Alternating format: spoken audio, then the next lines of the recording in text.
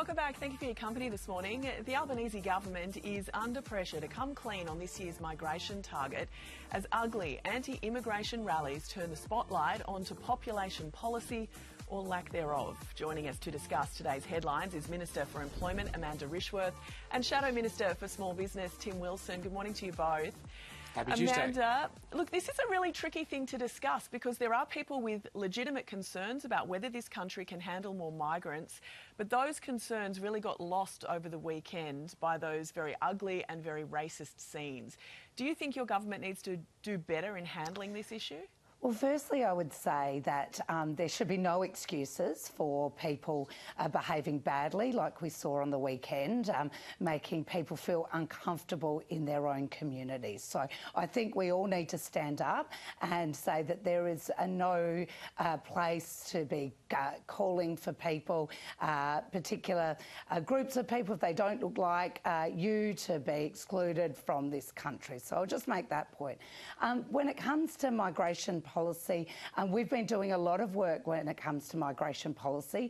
For example, we have seen a reduction in the net overseas migration from the peak of COVID levels, down 37%, particularly as a result of a number of things, but including sustainability around student visas. So look, we continue to work on this. Obviously, we're working with states and territories on the permanent migration figures, but we do need to recognise there was a large bump as we came out of COVID, but we are working on a sustainable migration system across the board. So when will you release that migration target? Well, in terms of the, I think you're talking about the permanent one.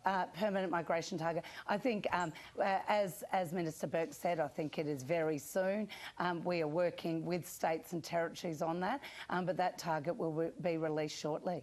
Tim, what is your view on immigration into this country? Because obviously people are tying this to the housing crisis. People feel that there may not be enough housing for people. But then I know we've had businesses and industries on this show that say they don't have enough workers in this country to cover their industries. Where do you think the balance sits? Well, firstly, we just need to make the point that Amanda's right. There's no place for intimidation or violence of Australian citizens because of their bloodline.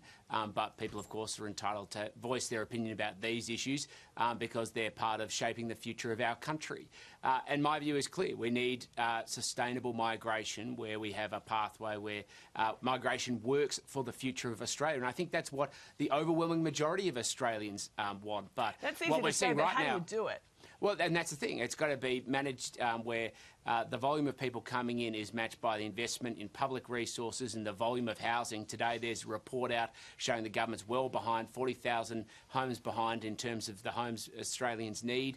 And people are rightly turning around and saying, can we continue to bring more people into the country when we can't provide for Australians today? The same with hospitals, the same with other forms of infrastructure. It's just about making sure things are sustainable for every Australian, whether you've arrived yesterday or you've been here for generations. All right, another issue making headlines this morning.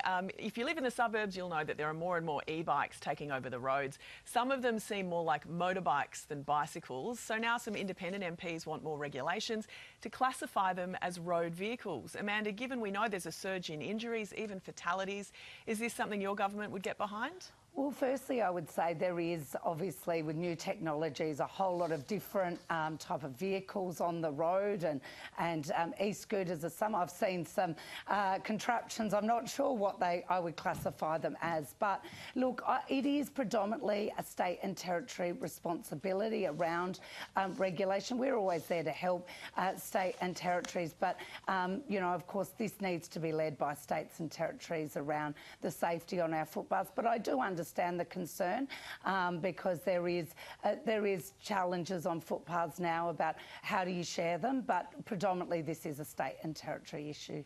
What about you, Tim? Yes, it's for state and territories, but adults shouldn't be riding on bicycle paths. That's a standard position across the country.